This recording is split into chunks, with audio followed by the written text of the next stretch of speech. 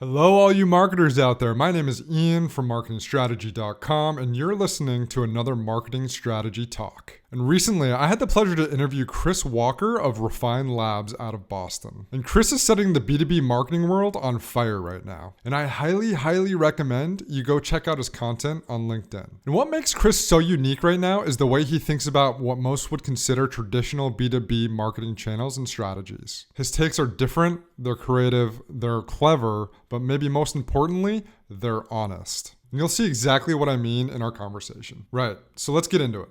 In this marketing strategy talk, we cover a lot of things. So get your pen and paper ready and strap in because it's going to be one hell of a ride packed full of value. We'll cover things like why ebook strategies fail, why trade shows are a waste of money, why marketers need to report on business metrics instead of MQLs, tips on how to grow your audience on LinkedIn, why brand is important now more than ever, and so much more. Don't forget to check us out on LinkedIn and Facebook. Of course, visit us at marketingstrategy.com, where you'll find the most effective strategies for rapid growth for marketers by marketers. So without further ado, let's just dive right into the talk. Till next time. So Chris, thank you so much for joining me in a marketing strategy talk. Yeah, really happy to be here, Ian. Of course. So just before we get started, I want to address the elephant in the room, if that's all right with you. Let's do it.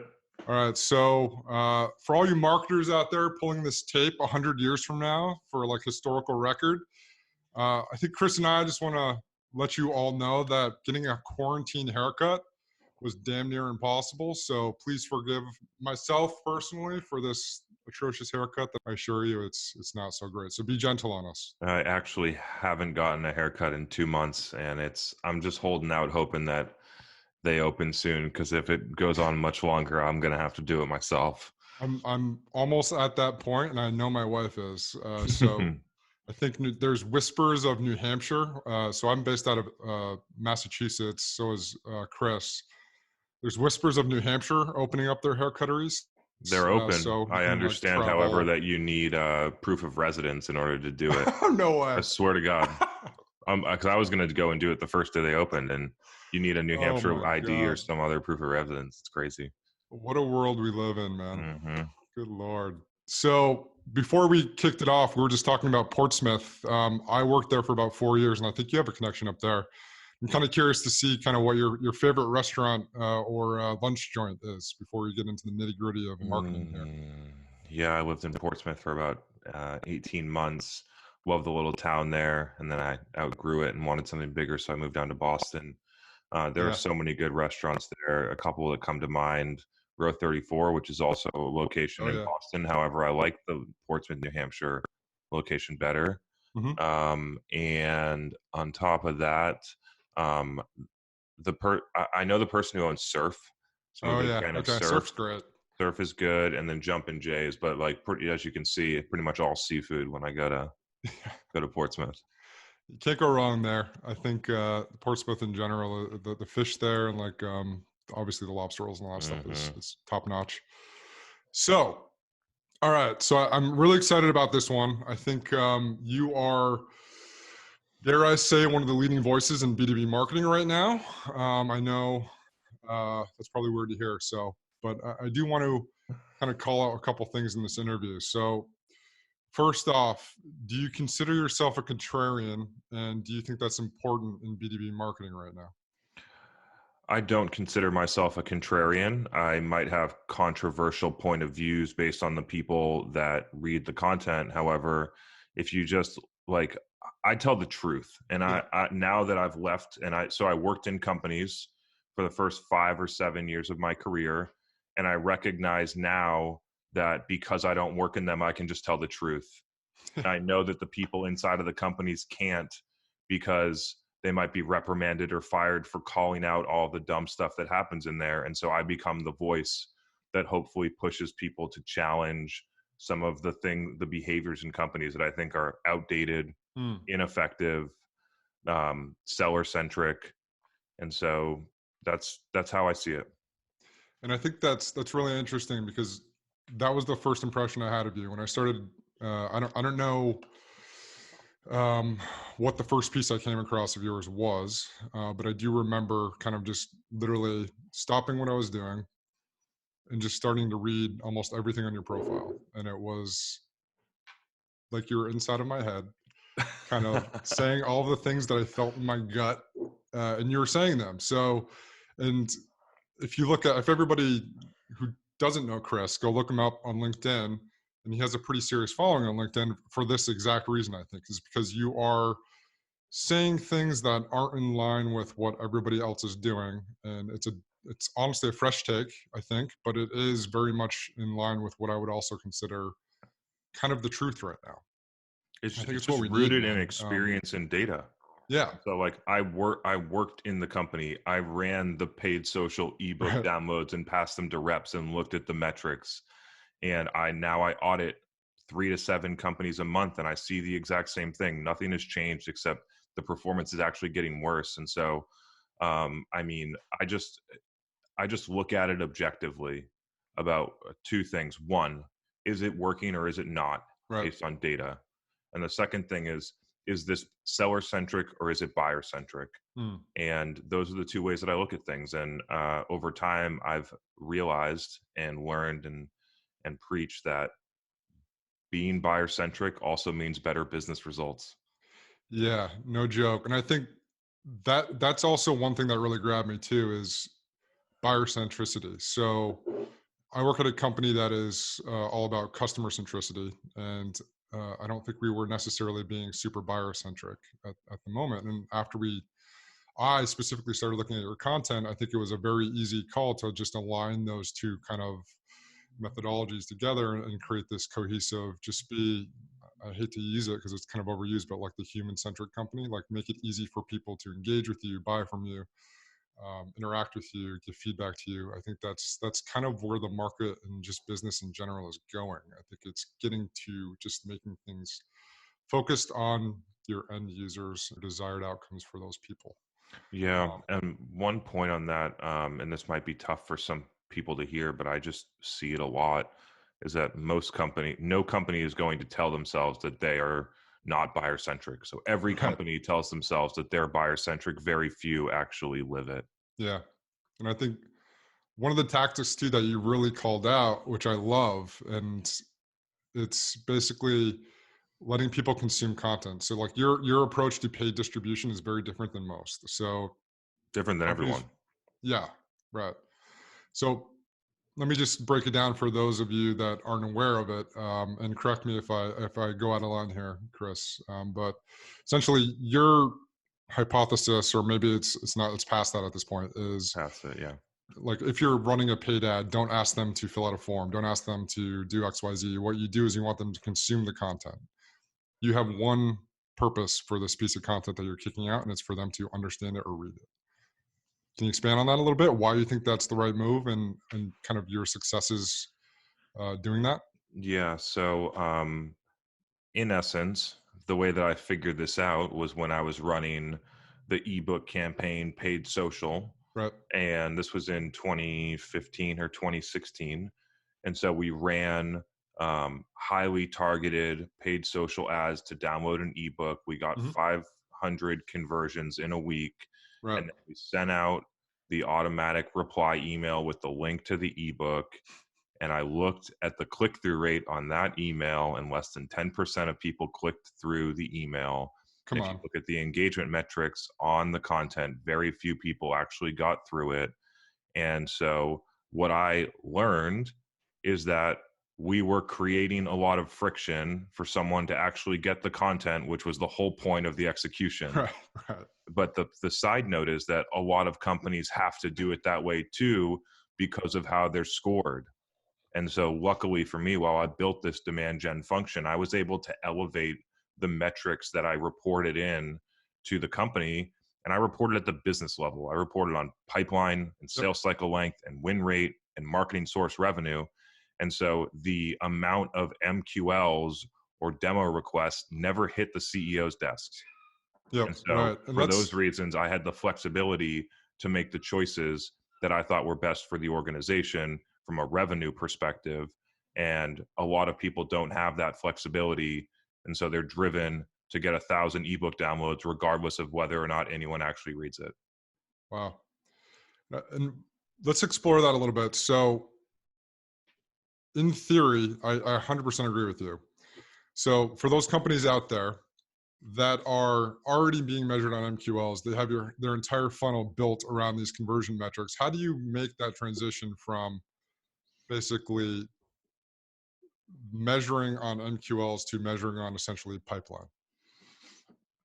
I mean, this question is so multifaceted. So there's the one, which is the organizational change component. Hmm. And then the other one is actually at the tactical level. And so on the organizational change component, like luckily now, like I work with CMOs that believe in this process. And so they're able to manage the organizational change around it. At Right. a tactical level, the first thing that we do is what I would call a blended transition. So we're not just shutting off the faucet because I Right. know that they have X amount of inbound SDRs that are waiting for the 30,000 MQLs to come through this year so they can call them and they don't go anywhere. Hmm. And so with blended transition, first thing we do, optimize the ads. When we optimize the ads and take them over, usually the CPA goes down. So we recoup all of that money. We also slow down the amount of budget that's being allocated to that while we start moving it to other things. The other things being basically like at its purest form, write short form content and guaranteed delivery of that content, targeted paid social Right. or other mediums, right? Like email can work, organic social can work, but for a lot of companies, we just use targeted paid because it super accelerates the process. And then what happens is we stop measuring on MQLs and we start measuring on inbound sales conversions. There you go. And so inbound sales conversions would be a demo request, an inbound phone call to the sales line, a chat request for a demo, a contact us submission, a get a quote, any of those types of conversions when a buyer is starting their own buying process. That's called being buyer centric, is waiting for them to be ready. And so when you do that, you have to start changing around the amount of metrics, right? Because you're actually going to have a lot less of those. Exactly. The difference is that those are the people that actually buy things. And so um, we work through that. And over time, what happens is as the funnel plays out and they get to see the data, they recognize that the only people that are buying things are the people that go through that channel anyway. Right. And Right. so as they're able to see that they get more sales from 10 demo requests than 1,000 ebook downloads, yet the amount of money they're spending to get the 1,000 ebook downloads is significantly higher than the 10 demo requests, then they recognize what's going on. Another key nuance here is we send no paid traffic to a demo page because if you send paid traffic to a demo page, the people that convert are also going to be low quality. Right. And so we send paid traffic to the blog or anything that helps them consume content. And then when they come back through organic search or direct traffic as last touch attribution. And that is a signal that they took the action, read the value prop, converted, fit the ICP, and you see the conversion funnel metrics play itself out over there with much higher conversions to sales to opportunities and all the way through to close one revenue. And that's so powerful. What you just said, all of that, just covering how that works, I think is a revelation for a lot of companies. Because honestly, let me just get to it, man. Do you think inbound is to blame for kind of like HubSpot is to blame for this inbound centric, ebook centric marketing strategy that it literally just drives inefficiencies? Because that's literally every company I've worked at that has had an inbound, very centric inbound marketing demand gen type strategy is always inefficient as hell. I think that HubSpot is responsible for marketers not evolving from SEO. However, the ebook download things is the responsibility of analysts that drive the demand gen waterfall framework, which is built on driving a bunch of leads and then having SDRs do teleprospecting to triage them before Right. they get to sales. So analysts drive this behavior. That's probably the number one. I believe in that framework from when the account executive touches it forward, but before that, I think it's trash. Right. Um, and all of the tech vendors that need that attribution level to support the purchase of their product. And so those are the two reasons why it's happening at that level. I actually like HubSpot. I put in a different camp, which is like why are marketers still thinking that content marketing is only SEO? Like Yeah. there is way better ways to do content marketing today than a decade ago, but you're still doing the playbook that was built a decade ago. And so that is where, if I pinpoint one thing, it's that, for why I still see companies, there's HubSpot agencies, and Yeah. just to be transparent, we're a HubSpot agency, and we are not Right. like any of the other ones. We just prefer their tool because it's way less expensive and way better to use than Marketo. I agree. So a lot of the HubSpot agencies run the HubSpot play. So companies go over and hire an inbound agency, and they write, surface level content stuff with keywords, and they hope someone stumbles upon it, and they, celebrate their metrics on, we got 7 organic PDF downloads this month. And that is just not the way to get it done anymore. And I think that's what's actually so compelling about Demand Gen Live. It's the podcast that you run with Katana, available on iTunes and anywhere other podcasts Mm-hmm. are sold or given away for free. Is that you are pretty much in the paid content distribution camp, and Gaetano is like a hardcore SEO specialist. And I think the dichotomy between your viewpoint and his viewpoint is super interesting to see how you guys tackle different issues as they come up. Because the format, for all of you that don't know, they just take live questions on the spot. And while both of your viewpoints are very sound, I think it's interesting to see that you can just slice it different ways. There's always 2 different ways, 3 different ways you can achieve an outcome. I think you would argue that the paid distribution is a quicker way to do it than, for example, letting an SEO strategy develop. But Gaetano would argue that it's, maybe a better longer term strategy. So there's And benefits to both. we're both highly skilled practitioners, and I Right. super respect his approach. And we both understand our strengths and our experience. And so, like, do I want to start like going over to SEO? No, I'd prefer to continue to run paid. The reason being is that we run paid social to get the results going for clients, but the real place where we want to end up is organic thought leadership content pushed out on organic social, Right. podcast, YouTube, email, which lowers customer acquisition costs over time. They just need to see the fast results in order to get to the point where I think they should be anyway. There you go. So, like, should every company be hosting a live Q&A with 2 subject matter experts at their company and a guest every week with 50 plus people from their audience online asking live questions? Yes. Should they be ripping that and putting it on a podcast? Definitely. Should they be taking the video and putting it on YouTube organic and optimizing that for search traffic? Definitely. Should they be sending out the recording in an email? Yes. Should they be chopping it up and putting it on LinkedIn on their company channel, packaging it up for the person that was a guest on the podcast so that they can post it on LinkedIn and posting it through the personal profiles of the subject matter experts at their company? Yes. Are any companies doing that? Very few. Yeah. And so, yeah, that's going to be a killer clip for LinkedIn. I know. There it is. There you go. Let's just stop. All right. Great talking to you.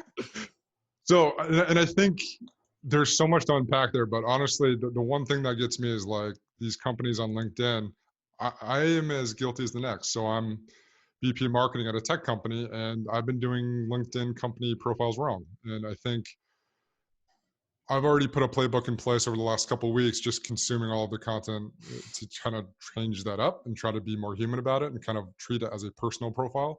I don't know if it's going to work, but to be honest, like we don't have much to lose. We have 12,000 followers on LinkedIn on our company profile, which is not too bad. Mm-hmm. It's not as big as some other companies, but for our size, it's pretty good.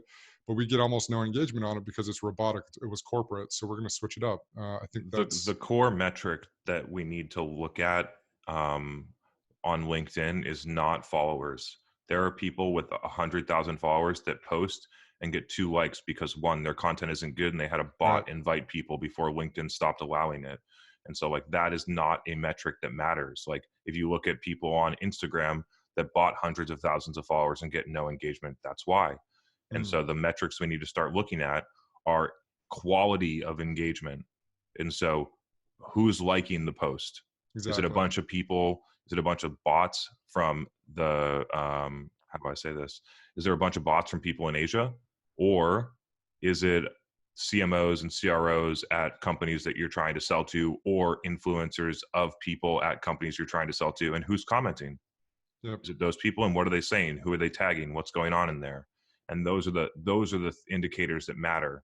I would much rather have 10 likes from exact ideal customer profiles for every post than 1,000 likes on a generic post that means nothing from a bunch of people that would never buy from me. And so, like, I know that there's arguments for both, but the way that I use the platform is to go deep, not wide. So, like, the post about compounding interest that gets 40,000 likes, like, is not what I'm going for. Right.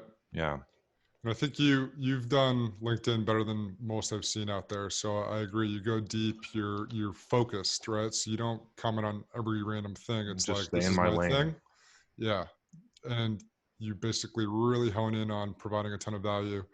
And you don't mention product. You don't mention your agency. You just focus on providing useful information that could serve your target audience. And I think that is, if anybody could take anything away from this whole LinkedIn thing right now, it's providing value and kind of It's not really expecting it. hard. I figured this out in 2016, and I've never looked back. And I have empathy for people that haven't figured this out yet. Is that when you post and when you create content, there must be absolutely no thought of how it creates a sale Yeah. opportunity for you. And I know that that is Yeah. super hard. And when people hear it, they're like, what is this guy talking about? Right. And they push back because they don't understand it. But when you get it, you'll understand. Yeah. Right. Yeah. I think that's especially a tough one for like business owners, right? CEOs, salespeople. They're like, push the product, push the product. We got to get our product out there, and it just 20% doesn't work. discount. Can't wait to post Yeah. this on. Let's No. run ads on it. Nobody cares. Nobody No. cares. So, all right, LinkedIn. Mm-hmm. Let's stay here for a little bit. Yeah. So, I'm going to make you look like a wizard. Are you ready? I've been ready, born ready. Okay. So this is a post from January 2020. January, right? Pre-COVID. Nothing was really going on. And you say, here are 9 things you'll wish your marketing team did in 2020. And the number one thing was cut trade show booth expenses by at least 50%. That's really funny. I had never connected the dots on that. I'm sure a lot of I'm curious if the other things in the post are real, but like I can go through them. I got all 9. I just commented on a 10. post. I just commented on someone's post maybe 10 minutes before we started this podcast. And it said, wouldn't it be great if people proactively changed and innovated instead of being forced to? Like, if you really think about that, like, the post was about people that have moved to a remote sales environment and are getting better results. Yeah. And it's like, because you don't need to be in an office to be productive. Right. And so I just feel like this time, like, as unfortunate as it is, and I really do mean that, like, it's forcing change that should have happened years ago. Yeah. I think the image that comes to mind is this guy, the Mark cartoonist or something like that. I forgot what it is, but he does these marketing cartoons, and it's Yeah, I a saw bunch that of one. executives in a boardroom talking about digital transformation. And there's this big wrecking ball coming in from the side that literally says COVID-19. It's like digital transformation is just getting absolutely thrusted upon these companies, whether they have a choice or not. But yeah, so I thought that was really interesting. So literally cut trade show expenses by at least 50%. And that was in January 2020. So good It's on a you for gift. calling that one. People are really sad that they can't go to events because they don't know a better thing to do, but they better figure it out, because that it's a gift that they got 50% of their budget back to use somewhere else. And you have a really interesting approach on trade shows as well. I'd like to bring, I'm sure you've talked about it 1,000 times, but I think it's so interesting that it's worth mentioning one more time. So hit me. Every time I break it down, I add a new layer to it. Like, I continue to figure out a better way to explain it. Yeah. And so if you break a trade show into its core sales goals, there are a couple buckets. The first one is net new acquisition for people that have never heard of you. Mm-hmm. The next bucket is move existing pipeline forward. Mm-hmm. So active deals that you are currently working, have meetings with them. There is current customers. And so have meetings with current customers. Right. And then the last one would be thought leaders or other people from networking perspective. Right. If you look at where all of the results happen, it's in the last 3 buckets that I talked about, and you do not need a booth to accomplish any of those things. You can have dinner with people in active pipeline. Right. You can, have drinks with current customers. You can do all of these different things outside of a booth. The only reason you would have a booth is to get new customers that have never heard of you. Right. But nobody, and if you measure the results of a trade show just on that, you would realize that the booth is a complete waste of money. The problem is that people put all of the stuff together and say, yeah, we moved that one active deal, from stage 4 to close 1, and we got 100 grand and we only spent 60K on the booth. And it's like, yeah, but you didn't need the booth to do that. Yeah. And Right. so I would love to see companies ditch the booth, move that money into facilitating the things that are important about the trade show, save a lot of the additional money, use it to create content at the event. I would love to see a company have either a station or a walking camera creating content and interviews with thought leaders and have all these things going on. And the value of that is the amplification of the content after the event. If you did it well, you could record 20 interviews or 20 Mm. sessions, and then you could put them, and you'd have a month to 3 months of content, depending on how fast you want to chop it up and put it out. Right. And so that's one. And so if you didn't spend, like, there's companies that are spending well over $2 million a year on trade show booths. Easily. And so Yeah. maybe you just do it for the first couple shows and you take the 1.7 million that's being wasted and you take it. And what I've been doing, a long time ago, I realized that if I start to experiment, as people start to see the things that I'm doing and they see what the final product looks like, then they're more open to it. And so what I've been doing before COVID happened is I was hosting micro events in a much different style. And so I did one in Miami with Josh Braun. I did one in LA with Justin Welsh, and we'll have a couple other ones coming up whenever we Mm-hmm. can get over this. Mm-hmm. And we invite somewhere between 20 and 50 people, and we host in a fireside chat. So Justin Welsh and I are talking about how to scale a company, how he scaled a Right. company from $0 to $50 million in revenue. We open Right. it up for live Q&A where the audience gets a lot of value, and we get to leverage the audience to create better content because it's what they care about. And then we measure the success of the event based on the results of the amplified content, not on how many people we converted at the event. Nobody's coming to your event to be sold to. Right. And so if you just, again, go back to being buyer centric, like provide value to those people and then get the value that you need somewhere else. And so we take the content, we have a 90-minute quality video, we put that up on YouTube, the audio gets ripped for a podcast, it gets chopped up on LinkedIn. I package the videos and clip them, and I give them to Justin, who has 30,000 followers, and they're great videos and it's good quality content for Justin, and Justin publishes them, which then brings awareness to my company, to his followers. And for all of those, and then that whole execution is $8,000 or $10,000. And so why are you not doing that in 50 different cities in perpetuity forever? And you have a ridiculous content stream, all for less than the cost of what you're wasting on trade show booths today. But the reason people don't do it is because it's hard, because they want to measure the success of their event on number of leads and sales, not on things that actually matter.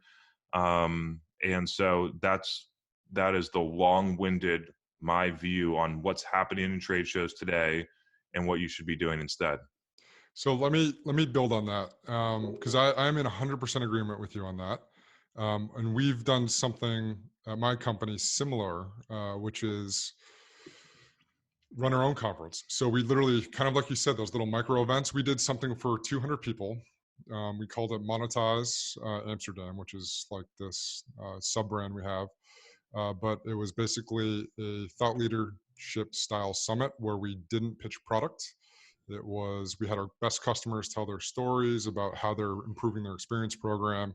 We had analysts from Forrester, we had Salesforce, Microsoft, all of those guys up on stage just providing value, right? There's not any product pitch weaved in there. It's literally just provide value, provide value, provide value.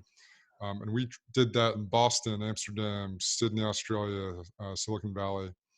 And we didn't, two things that jump out, right? When you're not really actively selling, like you said, provide value, these companies come to you. So we closed some serious logos like Eventbrite, AB InBev, Mm-hmm. Anheuser-Busch, Heineken, from that type of thing. Mm-hmm. And those larger companies tend to really gravitate towards that type of stuff, which is interesting. That's kind of another thing we found.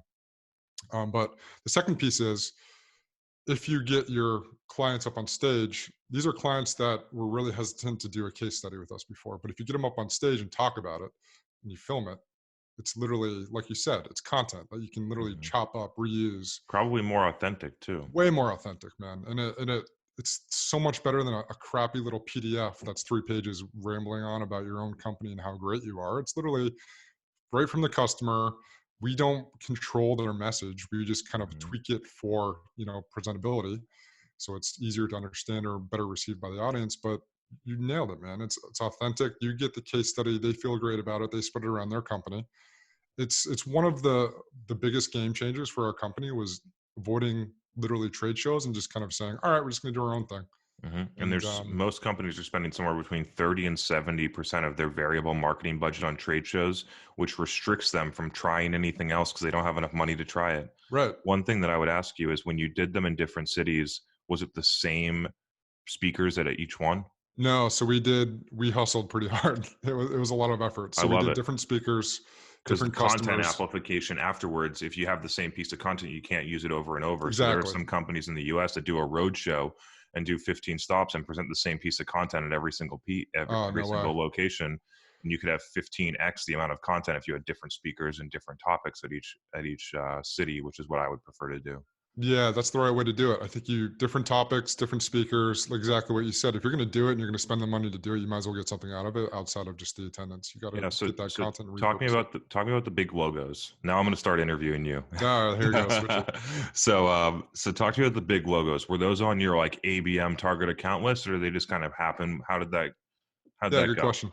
So, and I think you'll agree with me on this because I think I've heard you say this, but we had a show lined up and we promoted it for a good 4 or 5 months, and then what we did is we made it mandatory for every single sales opportunity to go to the show. It was like every rep had to get those accounts at that show, and it was a pipeline accelerator. So what actually ended up happening is these companies would come inbound. We had I could go on a rant about this, but we Mhm. had a couple different marketing assets that drove a ton of like organic traffic for us, and from like large companies, like 90% of the Fortune 500. Like we had a really good, and we're a smallish company. I wouldn't Mhm. say we're huge, but in that aspect, we were kind of punching above our weight class there. So we got a lot of engagement from these larger companies. So we would have good conversations with them. But what we found is that they would sometimes just go with a different company. That one of our biggest competitors is a $5 billion company that got bought out by SAP. So my biggest levers are brand, right? Like I got to fight on brand and I got to win on brand. And I think you said that as well. But I agree. It's like you got to at least be at the same level as them, if not striving to be above them on brand. I love, sorry to interject, No, but go ahead. I love being the $20 million company that's competing with the $5 billion company So do I. because they are wasting money everywhere. Your product is better, and you just need to communicate it. Yep. It really is that simple. Exactly. And you can be a little bit more risky in some things too. Like these larger companies, they have a very set Super message risk that has to averse. run through 10 lawyers, and you can basically just blow by them a lot Exactly. too, which I is really agree. cool. So, anyways, yeah, we got them in our pipeline through kind of organic various channels, and then we would mandate that sales gets them to the conference. It's pipeline accelerator. They see the message delivered on a stage. They see the customers. They see the analysts. It's compelling as hell, man. And Hmm. I can't quantify this for anybody that's listening to this. It's something that you have to experience for yourself. If you're running your own conference and you're delivering a message that supports your value prop, but it's not salesy, good things tend to happen. It's just the core difference between closing Eventbrite through an event that provides value versus having five SDRs cold call them for 6 months and show them banner ads and hope that eventually and send them like some type of gift for $500 in the mail, hoping that they'll have a meeting with you. And And it's just a completely different approach. yeah, And I I think we could go in this because over time, like I've found I find continuously is that if you just pick 100 accounts that you wish you could be at and you go hard at them, like that's one way to do it. But you could also just put out great information and let the 100 that actually want to go from you come and find you. yeah, And I just prefer that route. I just think it's more effective. Um, And so I do think that there's like a multi-prong, right? Like you can have an outbound motion going in that. You Hmm. could I almost like the idea of having like the outbound motion happening in a subset of accounts, and in the accounts that you're going to go afterwards. Right now, you're actively like interviewing the CMO at that company for your podcast, Right.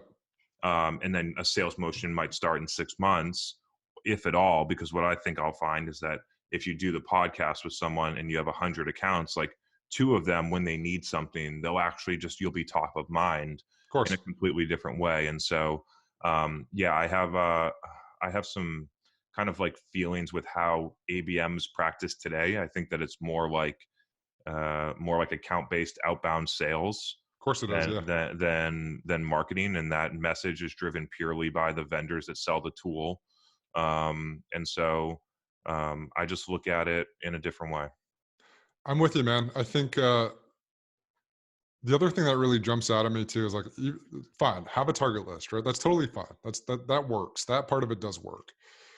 But where you win is when you, like you said, provide value or you stand out. Like everybody else, the thing is like marketing is a battle for attention. So For like sure.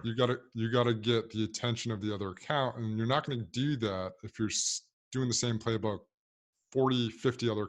That's like probably on the low end. Hmm. Probably like hundreds of other companies are doing. You got to do something that's unique. Like, hey, come to this event that we have. Maybe even speak. Hmm. Whatever it is, you have to have a different way to slice it, or you're going to blend in. And it goes back to what I know for you, which is a core belief, is like brands, like brand, brand, brand. You Hmm. got to stand out. People need to recognize your brand, But a lot add of value. So people, like when that conversation does happen, you're the first person they talk a lot of people, I've tried to really figure out how to message this, because when a lot of people hear brand, they hear like fluff, colors, to. Right. logo, Right. like, and actually how you drive brand, and the best way that I've found to drive it is by providing value with no expectation in return. And so, like, Hmm. never have a call to action. Nobody that attends my webinar, when I provide value for an hour, I don't have an SDR that's going to put them in a cadence afterwards. I have people Right. that have come to a webinar 9 weeks in a row. I don't think they would have been here at week 2 if my SDR called them after week 1. Yeah. So I think companies are really short sighted in some of those things. Um, and then just wanted to transition. So, is there anything Of else on course. that list that you found interesting? The nine things. Is Oh, there another one? yes. Okay, so a couple things. Stop getting your content in videos. Hmm. Not super shocking, right? But I would Hmm. tend to agree, even though, hey, I'm going to fully admit to you, I'm selective. So I give away videos, I give away case studies. I'm still too nervous to give up my ebooks without a form. I'm not there yet. Hmm. The I know it's easiest the right way, thing to do in my head. to stop is to not make ebooks. Yeah. And so what I found over, I did a comment. It's so funny because there's so many comments that are relevant. But I commented when I was walking my dog earlier today, and the something was like the question was about ebooks, and the comment that I responded with was, I stopped making ebooks in 2016, and since then my results have gotten way better.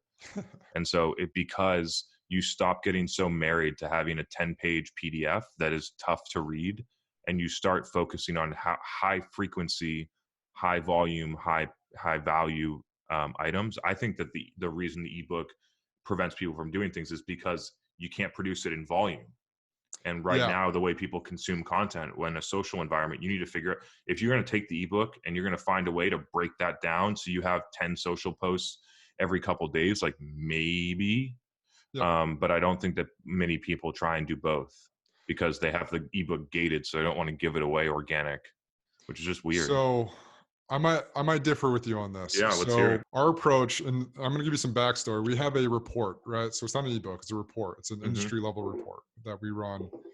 Our last one we ran was about a year and a half ago. We're in the process of doing one right now. So we focus on like a keystone piece of content. And this thing generated 30,000 downloads organic for us. Hmm. We didn't have to rely on PPC for like the first 3 years when I was at this company, or while I'm at this company.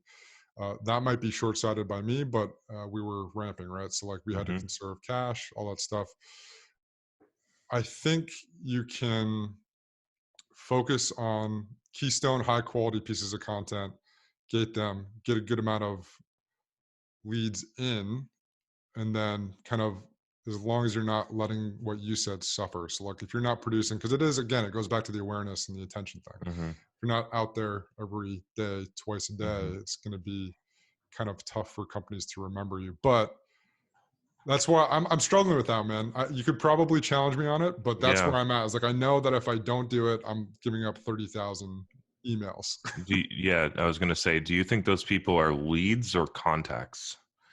So we don't talk about, yeah, I say contacts, but it's Hmm. basically, we don't really talk about leads at my company. Yeah. Everything's a contact. But Hmm. no, I think they're super low quality. So that's the other issue, right? It's like Hmm. industry report is even more so low quality than maybe a focused ebook. If it's happening organic, I am okay with it as long as there's not a sales motion behind it.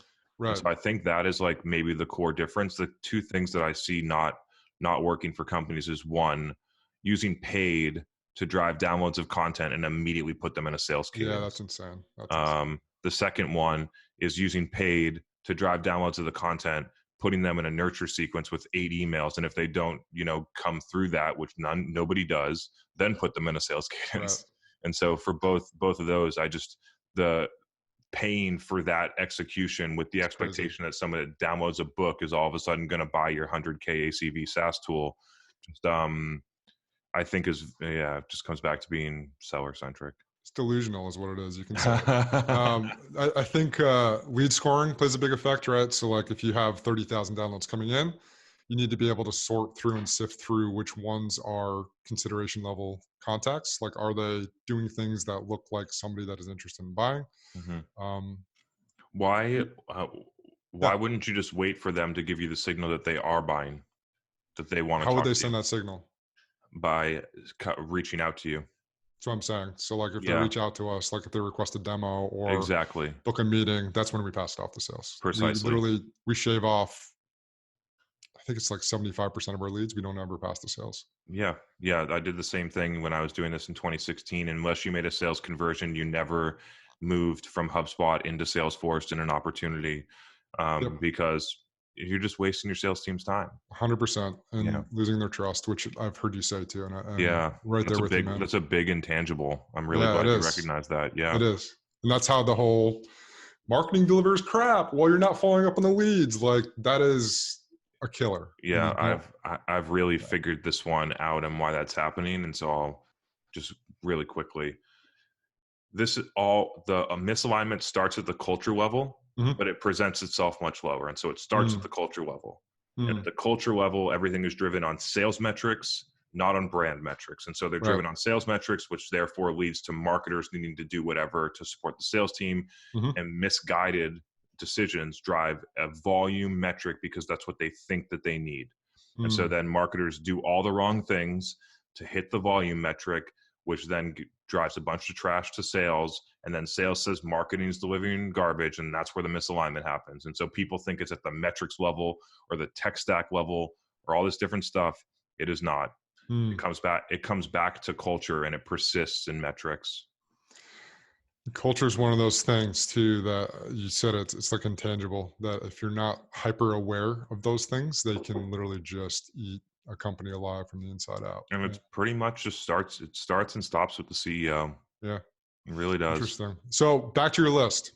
I Yeah. got one other one for you. I think we covered Cool. a good amount of them actually. So I got one Nice. other one for you I want to bring up. Create a video strategy and build a video team in house. So this goes back to like your marketing department should run as a media company or it shouldn't. Where do you stand on that? And why did you say that kind of that pointer? I think that your marketing department should run as a media company for sure. And so, with that, a lot of thought leadership content that is produced to grab attention and create value, not to drive sales conversions, which it Mhm. ultimately leads to better sales conversions. And so, I think that point is very clear. So, when we run paid Facebook, this study came out that said that blah blah blah is happening. Right. This new feature was released. We've just had a new integration with this company, and by the way, like, we targeted you and we know that you use that product or whatever. And so in paid social, we distribute content that feels like news Right. because people are in a news feed, and Right. it makes them feel like it feels current. It makes them feel like they're learning something. It can be read very quickly. They get the message and then they move on. And so, yes, I've lived that for 5+ years, and I believe that is the best approach. Why you should build a video house in team, or why you should build a video team in house, is because if you do not, you will not be able to cost effectively create a volume of content that's needed to be successful. And Mm. so, if you have a video team in house, most likely you'd be able to create a video every day. And I believe that if you're not putting out a video every day, then you're leaving a lot of room and upside on the table. And the second thing is, I believe that you need it as a core competency. So like companies call me and they're like, "Hey, can you like write our content for us?" And I'm like, if I was in your seat, Mrs. CMO, then I would want me to tell you that you need to learn how to create content in-house, because you cannot outsource content creation unless it's for SEO. People can stuff keywords in blogs and get it to rank, but you cannot have a piece of content cut through the noise and resonate with your buyer by outsourcing it to someone that doesn't know what they're talking about. And so I believe that companies, like, this is not in my best vested interest to stay, but I believe most companies should try and build everything in house from a marketing perspective, because if you do it well, it's a competitive advantage that most big companies do not recognize right now. All right. So I want to cover this because this is also something I very strongly agree with you on. So I'm reminded of one of your podcasts actually. So Demand Gen Live, available wherever podcasts are sold. Uh, it was this guy, I forget his name, and I'm sorry, chimed in and was like, "Hey, so all of the stuff you're talking about, is there a book out there that you can recommend that would help me learn how to do X, Y, Z?" And your response and the way you're kicking this advice out there is like, "I can't help you. Like, you need to learn how to do it yourself." The reason why I'm able to talk about these topics is because I had companies, side hustles that I learned how to do this. And that's the only path forward. It's hard work. And I think that rocks a lot of people, is like, there's no, wait, I can't hire this out. I can't, you need to do the work yourself. And I am 100% with you on that. I mean, hell, this is a side hustle for me. Like, I have a day Hmm. job and I'm doing these interviews because I want to learn and grow. Love it. But that's so important, man. And I think that's also for the young marketers out there is super, super underrated, because a lot of them get in that trap of, let's just hire a contractor. I don't have expertise here. Let's just hire it out. And again, sorry if that's going against what you do, because you are an agency No, that no, can no. get that. But I literally just said it. Yeah, I yeah, agree with you. but I mean, I do want to just really harp on that because it's so important, man. And So I got here by I was a one person demand gen arm in a $30 million company. I created the mm, content. I managed creative. I ran all the media. I did community management. I built the marketing automation system. I ran all the automation. I did all of the sales ops. I did all of the marketing ops. right, That's how I learned everything, is that I did it. And so if I took pieces, like at one point I was outsourcing the AdWords, and yeah, guess what? Like, the agency wasn't very good on it. And luckily I knew it well enough to know that. And so a lot of people, because they haven't done that at a level where they really understand it, they outsource to vendors that aren't good at what they do, right, or they hire people that aren't good at what they do, but they don't know that because they don't know how to do it themselves. And so I think we'll see a new wave of marketing leaders emerge that are deep practitioners I hope so. that actually could go in and tweak an ad and go in and analyze it, and will be the face of the company's podcast if it makes sense. So, if you're selling to Yep. robotics engineers, maybe the CMO isn't the right face, but like in a lot of cases, I would like to see like leaders produce at that level, like get actually in it. And I do think that over time we will see that transition. I like the idea of having a team that is more flat from an organizational standpoint. And so, yeah, those are a couple of my thoughts there. Cool. And I agree. I think hopefully, as these things progress, like I know there's like this concept of the T-shaped marketer out there, which is like, for all of you that don't know what that is, it's basically a bunch of broad experience at the very top of the T, the horizontal part, and then one very specific deep expertise in the vertical, like for example, paid distribution. I think it's a little bit more complex than that. Hopefully the new marketers coming up will have maybe like I almost can envision like an upside down W or like an M that goes all the way to the bottom where it's like deep expertise in 2 to 3 areas. Mm-hmm. Um, but wishful thinking. I don't know if we're there yet, but Yeah. it's good. I think that if anybody can do it, this new generation of marketers can. So I'm hopeful. All right, a little bit of time left. I got a couple questions that I want to just blast through. So Yeah. you've Lightning also round. said that we are. You said that you are certainly believe that we are in a golden era of B2B marketing, and I want you to unpack that on why, because I also agree. I'm gonna stop agreeing with you, I promise. Especially in B2B marketing. And the reason that I know this is because it's already played out in B2C. And so the companies that have built $5 billion companies or on the back of pure Facebook ads from 2008 to 2015, Right. the same thing will happen with B2B companies. It's already happening. And so it's not like I'm predicting anything. I'm just looking at what's already happened and extrapolating it to a B2B environment. And so buyers are changing. Outbound sales executions need to change. They're becoming more effective unless they're adapting to the current buying situation.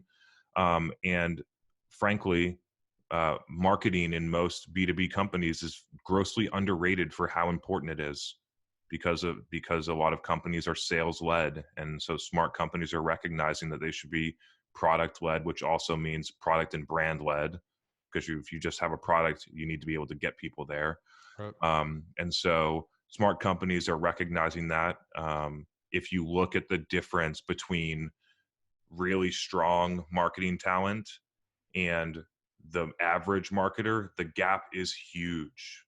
It's really, if you are a really good marketer, it's very easy to stand out because a lot of people have not evolved in their ability to execute. And so for those reasons, like I believe that the best demand gen marketers that are leading teams that are driving businesses forward at a huge level will be paid more than the best performing sales rep.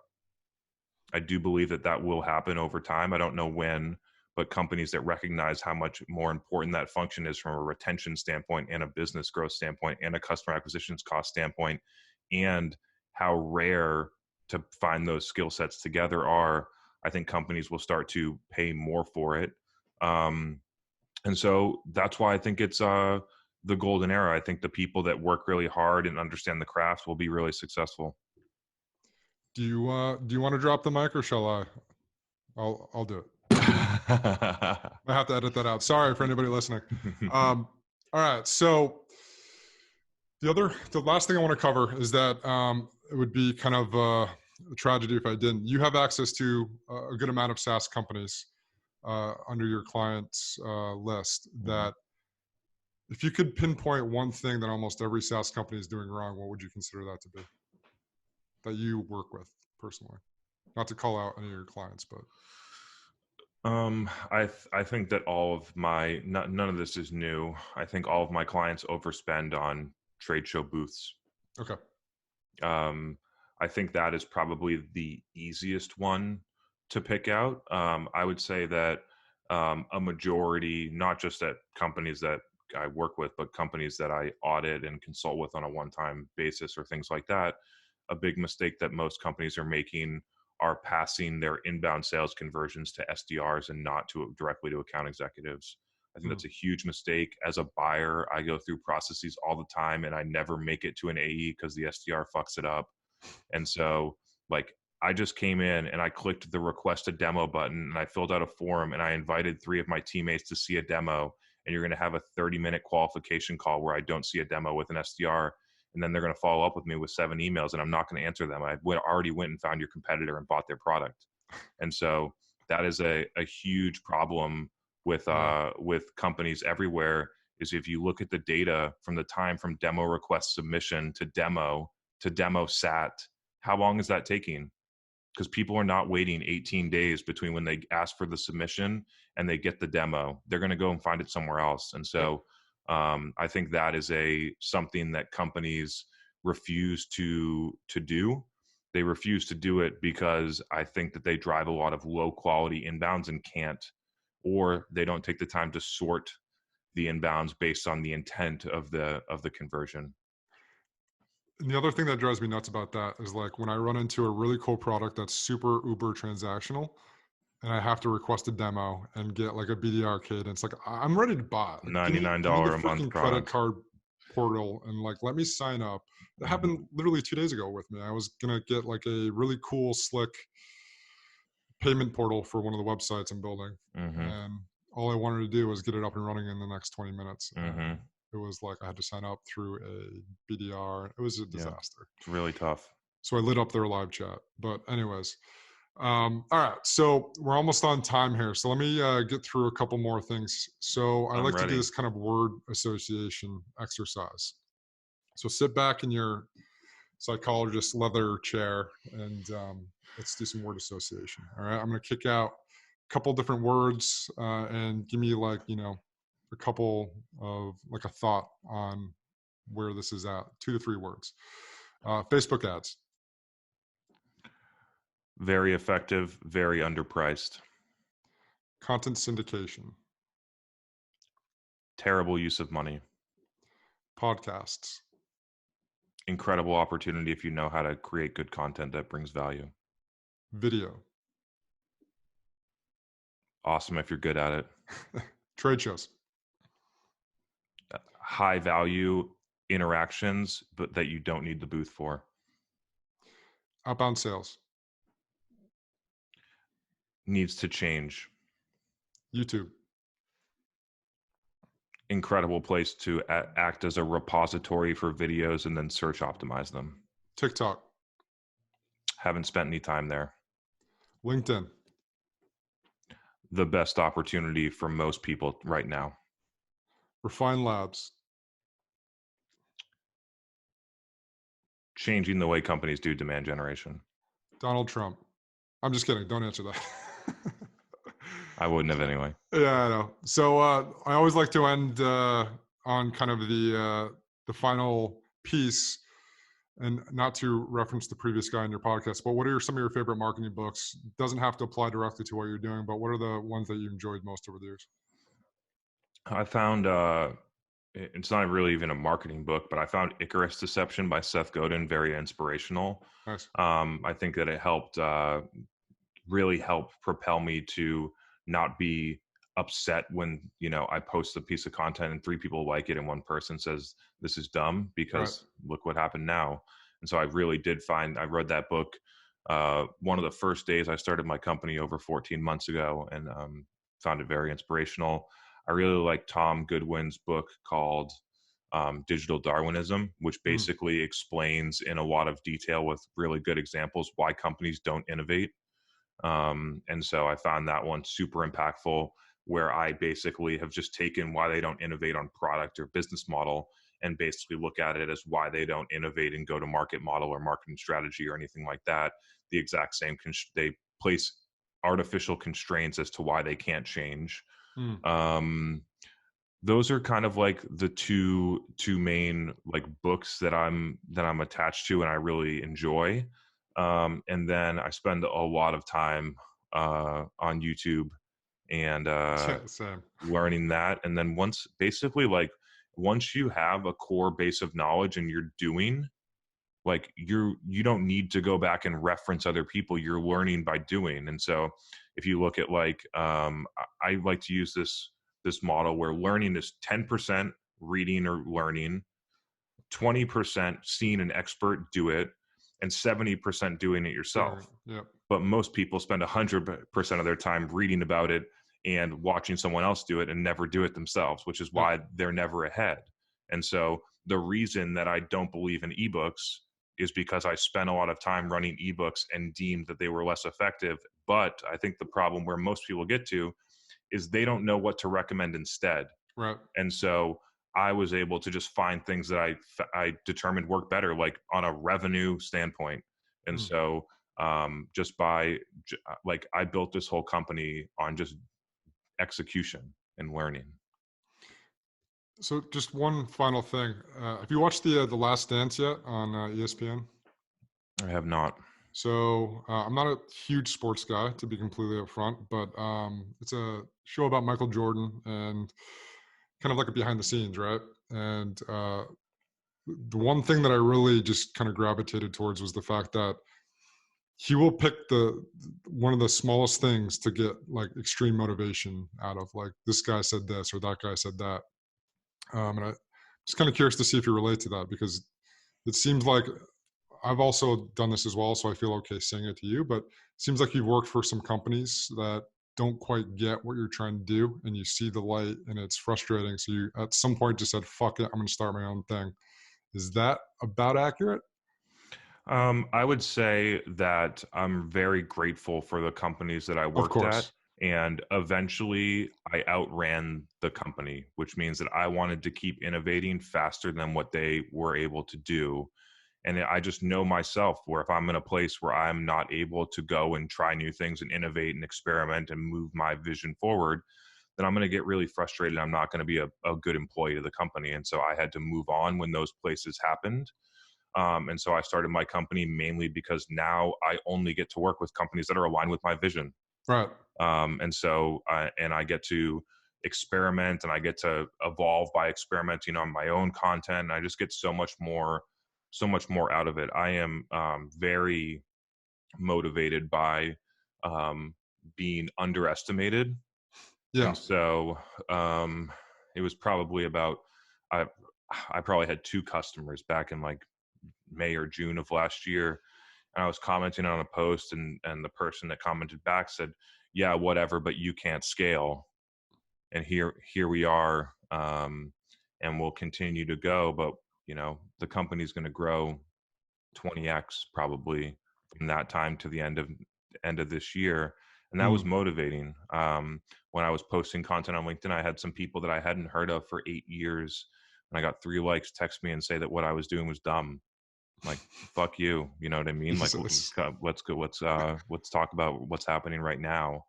I had someone, I was on a podcast earlier this week where someone in a very condescending way was like, "How did you even get on here? The last episode I did was with Neil Patel." And I was like, whatever, man. Like, and so all those things are motivation. Like Yeah. I don't take it, I'm not offended by them. It's fuel. Like now I go back and I'm like, okay, well, in 12 months, I want you to be like, wow, I interviewed that person 12 months ago and I really underestimated them. And that's what I'm after. So I kind of picked up on that too. So there was this part in that show, back to it, that Michael Jordan came back to the NBA and he had a number 45. And people basically said, 45 isn't 23. They completely underestimated him. And he just, like, he lost a playoff game. So they went home and literally the next day he was in the gym working out and like doing this thing, honing his craft. I kind of sense that from you. I'm also the same way. If somebody tells me I can't do anything, I lose my mind and I just focus on completely destroying that to the point where I prove them wrong. So I think there's an intangible there that is important because I think that also breeds hard work. It breeds determination, motivation, all of these things that are super important for entrepreneurs. So I just wanted to kind of end on that note. And hopefully this podcast and this interview gave people the framework to kind of adjust some of their tactics and get motivation to change and better themselves and their companies with honestly better B2B marketing, which is what this is all about. Nope, nothing else to add. That was perfect. Perfect way to end. Great Cool. conversation. Hope everyone got value. Thanks for having me. Yeah, Chris Walker, thanks again. So where can people find you? Let's shout out some plugs here. LinkedIn's the best place. Chris Walker on LinkedIn. I post content there every day. If you're in trying to learn more, you'll get content in that stream. And if you want to start to like, I like the idea of like looking at what I'm doing and then trying to just emulate it for what you want to do. And so you can go into see LinkedIn and then see the stream on the podcast and then what's going on in YouTube. And maybe it's just like the kind of the boost you need to start trying some of those things for yourself. Yeah, well said. Chris Walker, thank you so much. Thank you for keeping all of the B2B marketers out there on their toes. And it's been a pleasure talking to you today. Awesome. Pleasure. See ya. Thanks, man.